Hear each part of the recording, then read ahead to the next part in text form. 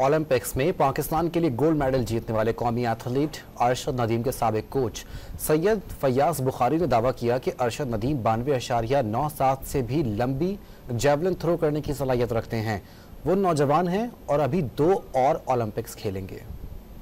जैसे आपने बोला था कि अभी आपने बोला है कि इसमें इतनी कैपेसिटी थी, मैंने आपसे बोला था बिल्कुल। अभी भी जो इसकी थ्रो देखी है मैंने, उसमें अभी भी 25% 30% की थ्रो अभी भी बाकी है। ये अभी भी 95 प्लस की थ्रो कर सकता था।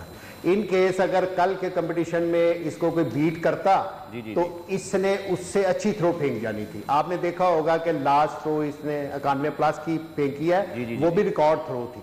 और मैंने 28 की ओलंपिक के लिए तैयारी स्टार्ट कर दी हुई है दूसरे बच्चों के साथ।